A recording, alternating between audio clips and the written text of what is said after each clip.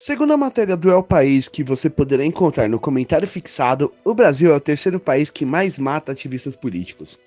9 a cada 10 mortes de ativistas em nosso país acontecem na região norte. Isso se deve a uma impunidade quase pornográfica que protege os poderosos e coronéis daquela região. No norte, com frequência, a justiça é definida por articulações políticas nojentas de oligarcas e pelo braço forte do jagunço pau-mandado do coronel invasor. Mas esse vídeo não era pra falar sobre como a desfiliação em massa aconteceu lá no Amazonas, Dan? Então por que a gente tá falando sobre isso? Estamos lembrando esses dados para que você que assiste esse vídeo tenha em mente o seguinte: por favor, mantenha essas informações enquanto vê esse vídeo, porque esse é o palco da história que por mim será contada. Agora, bora falar sobre a crise do pessoal Amazonas? Solta a vinheta!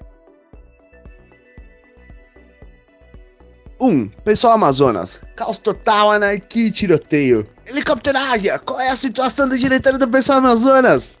A situação é caótica. Pois é, caótica. Pra lá de caótica. Pra nós que não estamos no Amazonas, tudo pareceu começar com uma publicação de Raoni Lopes em suas redes sociais no dia 22 de fevereiro. Raoni, importante sublinhar, é o primeiro secretário do Diretório Estadual do Amazonas. Até o momento, é também um dos nomes mais cotados para a candidatura do pessoal para governador no estado do Amazonas. Sim, é isso aí. Raoni é um dos nomes com maior influência e prestígio dentro do pessoal em seu estado. A despeito disso, no dia 22 de fevereiro, publicou o seguinte em suas redes sociais: amanhã numa live vou revelar quem financia Marclise Siqueira dentro do pessoal. O dia seguinte veio, depois dele o outro, e o posterior.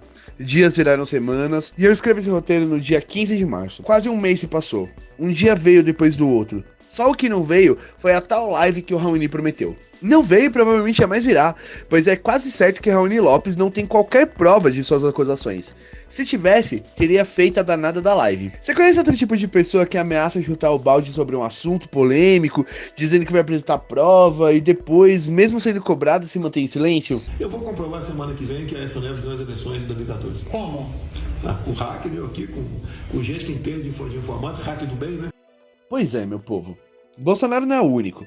Os benefícios de inflamar as pessoas com acusações polêmicas e infundadas é recorrente em grupos políticos com valores ideológicos contaminados. Os benefícios conquistados por uma acusação mentirosa, polêmica e nojenta sempre superam os prejuízos por ter que se retratar posteriormente. Todos conhecemos o quão baixo alguns grupos políticos podem descer.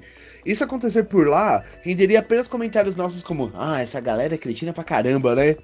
Mas isso acontecer na nossa casa, dentro do nosso partido, um dos nossos usando uma estratégia digna do gabinete do ódio de Carluxo? Raoni, você me dá uma escolha. Solta os racionais aí. Visita aqui é sagrado, safado não atravessa não, moro? Não bastasse usar estratégias escusas que deixariam Carluxo, Ter Sarnô, Alô dos Santos e outros tantos desgraçados orgulhosamente invejosos, Raoni Lopes chegou mesmo a fazer algumas declarações bastante misóginas, mas a gente fala sobre isso daqui a pouco, tá bom? Mesmo assim, não estamos falando aqui que ele é o único errado. Na nossa leitura, apesar de tudo, ele sequer é a pessoa mais errada nessa história. Ficou surpreso, parça? Outra coisa que a gente precisa ter em mente pra entender essa parada toda é o seguinte: essa história tem de tudo, menos santo, tá? Vamos falar agora um tiquinho sobre o MAS, a desfiliação em massa, e é claro, sobre a Marclise Siqueira. 2. Quem é o MAS? Até agora a gente pintou o Raoni como um cretino misógino disposto a utilizar qualquer meio para atingir seus fins numa disputa política. Mas a verdade não é bem essa, tá? O Raoni tem um histórico relevante de militância na educação e não se tornou o primeiro secretário do Diretório Estadual do Pessoal Amazonas e um dos nomes mais cotados para candidato a governo à toa. Nada disso vem de graça, pelo menos não costuma ser assim no pessoal. E de fato, não parece ser o caso do Raoni. Então por que o Raoni agiu dessa forma nessa história tão controversa? O estopim para essa indignação de Raoni e de muitas outras pessoas do pessoal Amazonas, tenham certeza, o Raoni não tá sozinho nisso, foi a acomodação de interesses que o MAS, a corrente que a Marclise militava, estava compondo com o PCdoB, através de um coletivo suprapartidário chamado A Bancada das Manas. Ficou confuso? É, né? Um pouco. Falando desse jeito, até ficou confuso pra mim também. Então, vamos voltar duas casas. O MAS, o Movimento Amazônia Socialista, é uma corrente que surge entre 2017 e 2018. Sua fundação é confusa porque ela é a configuração de algumas correntes menores que se dissolveram e fizeram fusão, alguns membros da APS e também de novos filiados que já militavam coletivamente por diversas causas. O MAS então se forma e toma corpo de maneira muito rápida, tão rápida que mal tinha surgido, lançam uma candidatura coletiva a deputado estadual em 2018. Eles mal tinham surgido e já estavam lançando candidato, se liga. Observem que isso é por si só um feito notável. Quantas correntes surgem e no segundo semestre do ano que surgem, já lançam um candidato? E não foi qualquer candidatura não, tá, galera? Foi uma candidatura expressiva. Elas tiveram quase 10 mil votos lá no Amazonas. E observe que foi sim, bastante expressiva. Até aquele momento, o MAS tinha alguma influência e alcance apenas em Manaus e na sua área metropolitana. Conseguiram mais de 10 mil votos no Amazonas. Para alguém que acabou de se formar como um bloco político, o resultado foi notável. Aquilo constituía uma derrota eleitoral, mas uma extrema vitória política. Tá certo, isso fez do MAS um bloco político expressivo. Na verdade, tão expressivo que por mais que outros campos do pessoal Amazonas neguem, o MAS foi um dos principais fatores de crescimento de número de filiados no estado. Se no início o MAS defendia diversas causas, não demorou para que a pauta principal se tornasse uma só: a luta pelas bandeiras identitárias, a feminista e a LGBTQIA+, acima de todas.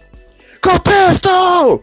Notem que isso se deu a partir do fim de 2018 e início de 2019, quando as minorias populacionais como LGBTQIA+, e as mulheres demonstravam um verdadeiro receio com a chegada de Bolsonaro ao poder. Isso tinha um apelo ainda maior em um estado como o Amazonas, que votou massivamente em Bolsonaro, dotado de um critério popular altamente conservador e, como vimos no início desse vídeo, assassinatos de ativistas e, consequentemente, de minorias de todo tipo, é quase como se fosse um costume local. Não é por acaso que muitas pessoas vissem no PSOL uma instituição na qual encontrassem respaldo e alicerce, mesmo que simbólico. Simbólico demais, como veremos no decorrer desse vídeo. O MAS abraçou essa causa. LGBTs e mulheres começaram a se filiar em quantidade no PSOL, motivadas pelas ações pró-minorias realizadas agora em todo o estado pelo movimento Amazônia Socialista. Isso se deu em 2018 e 2019, antes do boom de filiações que a candidatura do Boulos desencadeou em todo o país. Talvez não seja exagero dizer que não foi o Boulos, mas o MAS, o verdadeiro responsável pelo fenômeno que agora nossos dirigentes se orgulham quando dizem: o PSOL é o partido que mais filia no Brasil. O PSOL Amazonas, até alguns dias, era dividido em dois grandes blocos: o Cabana, composto por tendências tradicionais como Resistência, o MES, Revolução Solidária, e o MAS, o Movimento Amazônia Socialista, composto pela fusão de algumas correntes que militavam no estado, a APS e recém-filiados. Se você perguntar ao pessoal do Cabana, eles vão te dizer que o crescimento de filiados se deve à vitória do Bolsonaro. De fato, Bolsonaro se tornar presidente fez sim com que muita gente de esquerda, que ainda não tinha tomado nenhum partido, procurasse o pessoal em todo o país. Mas proporcionalmente isso se tornou notório no Amazonas, sobretudo entre mulheres e LGBTQIA+. Não parece ser coincidência, sobretudo, quando pensamos que os novos filiados, em sua maioria, procuravam se associar ao MAS e não em outras correntes. Observando todos esses fatores, fica evidente que o MAS se tornou uma potência dentro do pessoal Amazonas. Romanticamente, poderíamos supor que essa transição de forças deveria ser aceita como natural num partido democrático como o pessoal, certo? Achou errado, otário? Certo escambau, né? Estamos falando de disputa de poder sobre o destino, diretrizes e programas de uma instituição partidária. E não qualquer instituição partidária, tá? O PSOL é o quarto maior partido de esquerda no Brasil. Não se esqueçam disso. É evidente que o Cabana não aceitaria isso de bom grado. 3. Eleições legislativas de Manaus de 2020. Em 2020, todo o PSOL olhava para as eleições que estavam rolando em São Paulo. Eita, Marx. Boulos foi pro segundo turno na cidade mais rica do Brasil. Esse foi o destaque de 2022. Mesmo com Edmilson ganhando em Belém, se mal notamos a vitória pela primeira vez em uma capital, quem dirá dar foco ao que rolou numa candidatura para a vereança em Manaus, né? Não demos atenção devida ao que rolou em Manaus, mas Nossa Senhora da Santa Plenária, como a gente devia ter dado. Sim, deveríamos, pois houveram dois elementos cruciais nas eleições municipais do Amazonas em 2022. A primeira delas é Marclise Siqueira ter sido vice de José Ricardo do PT.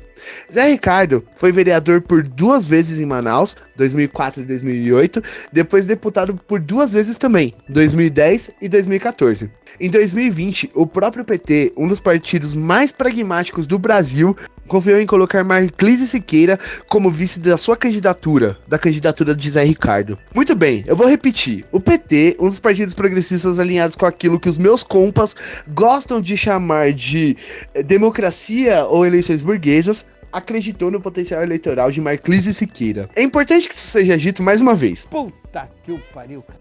Em 2020, o PT acreditou no potencial eleitoral da Marclise. Mas o pessoal não. Poderíamos ter tido uma candidatura própria, mas optamos por não colocar ninguém. Se fosse a vontade do diretório, Marclise seria a nossa candidata. Uma candidata com tanto potencial que mesmo, eu repito, o PT acreditou. Que é uma pena. Certamente também é importante levar em conta que se em 2020 Marclise fosse a nossa candidata, ela seria a única candidata mulher a concorrer à prefeitura. A única mulher entre 12 candidatos. Isso por si só traria muitos votos. Mas lembre-se que o MAS, o grupo político no qual Marclise atuava, era composto em sua ampla maioria por mulheres e LGBTQIA+. Imagine por alguns minutos o quão forte não teria sido a campanha eleitoral de Marclise dentro dessa conjuntura. Dentro de um cenário onde Bolsonaro era presidente e havia um ódio generalizado contra o machismo de vários grupos políticos e sociais. A candidatura da Marclise não rolou porque foi boicotada pela majoritária de Manaus, que naquele momento era composta por sua grande maioria por membros da cabana. Essa conjuntura mudaria em 2021, mas pouca coisa mudaria de fato. A gente fala sobre isso já já. Enquanto o PT, mas não o pessoal, reconhecia o potencial de votos na figura de Marclise, o MAS buscava por um cargo de vereança no Legislativo de Manaus. No estado do Amazonas, já sabíamos, o MAS tinha um potencial de mais ou menos 10 mil votos, talvez um pouquinho mais, tá? Levando em conta apenas os eleitores de Manaus, isso cairia para mais ou menos uns 6 ou 7 mil votos. O coeficiente de Manaus era naquele ano de 21 mil votos. E se outras candidaturas estivessem na disputa, talvez esse número pudesse ter sido atingido. O PSOL, assim como qualquer outro partido, poderia ter lançado até 62 candidaturas para ajudar a chapa do MAS a conseguir uma cadeira na Câmara de Vereadores em Manaus. Uma vereança nossa, com gente da gente. Uma cadeira que poderia estar lá brigando pelos nossos programas, valores e ideais. Talvez isso pudesse ter rolado em 2020, mas não aconteceu. A chapa coletiva do pessoal representada pelo MAS teve quase 9 mil votos, muito mais do que era esperado. Foi a quinta mais votada. Eram necessárias outras candidaturas. Elas poderiam complementar o coeficiente. Poderíamos ter lançado até 62 candidatos. Mas, por alguma razão, o diretório naquele ano achou por bem não lançar todas as candidaturas que eram permitidas. Além da chapa coletiva do MAS, apenas mais 4 candidaturas foram lançadas. Sim, é isso mesmo, você não ouviu errado. 4! Isso mesmo, apenas 4 candidaturas. Quando isso é questionado hoje, o pessoal cabana alega que o MAS queria toda a verba partidária para si. É claro que não há qualquer registro documental que afirme ou negue isso. Mas uma coisa é certa, mesmo que 62 candidaturas fossem demais, um número maior de chapas na disputa teria aumentado as chances do MAS de conseguir a cadeira. Tal qual as chances de José Ricardo ser hoje o prefeito de Manaus e Marclise como vice. É evidente que a história não é feita de sis ou mas ou poréns. A história é o que ela é. Mas o que vemos ao analisar os dados e os fatos é que houve uma chance real de termos um prefeito com uma vice nossa e pelo menos uma cadeira na vereança compondo as esferas de poder. Mas não foi possível ter esses representantes ali. Talvez em partes isso se deva a decisões assumidas pelo diretório do pessoal Amazonas e do pessoal Manaus. Talvez, né? Só talvez. Essa é só a minha leitura das coisas. É claro que os nossos dirigentes são incontestadamente muito mais experimentados nas articulações e políticas do que eu. Indubitavelmente, os diretórios são muito mais argutos, sagazes e esclarecidos para definir os rumos do nosso partido, não é? É, né? Então tá, né? Bom, galera, essa história não acaba aqui, mas o vídeo tá ficando muito grande, então eu achei por bem dividir ele em 2 partes, né? Porque se esse vídeo tiver mais de meia hora, ninguém assiste, vocês estão ligados, né? Vocês são meio embaçados essas coisas também, tá? Eu vou te falar, só porque o vídeo é grande vocês não assistem? Porque infelizmente eu vou ter que falar isso aqui. Não é errado essa parada aí, mas tá bom, vai. Eu vou dividir esse vídeo aqui em 2 partes, porque ele é quase como se fosse um mini documentário do que houve. Então, logo sai a segunda parte, porque essa história, minha gente, não acabou, certo? E é aquele papo de sempre, né? Não se esquece de se inscrever, deixa seu like, manda sua ideia nos comentários. Se você for de Manaus, diz aí o que você acha sobre isso, tá? E, gente, por favor, compartilhem muito esse vídeo. É muito importante que esse vídeo chegue no maior número possível de pessoas de diretórios. Esse vídeo é um vídeo explanando a situação, explicando pra todo mundo o que houve em Manaus, mas ele também é um vídeo denúncia. Denúncia do quê? Você vai saber na segunda parte, tá bom? Então não deixa de assistir. E eu sou o Dan, coordenador dos ativistas digitais, membro do Núcleo Penha do PSOL, e agora, para Socialismo e Liberdade, digite 50. Falou, valeus!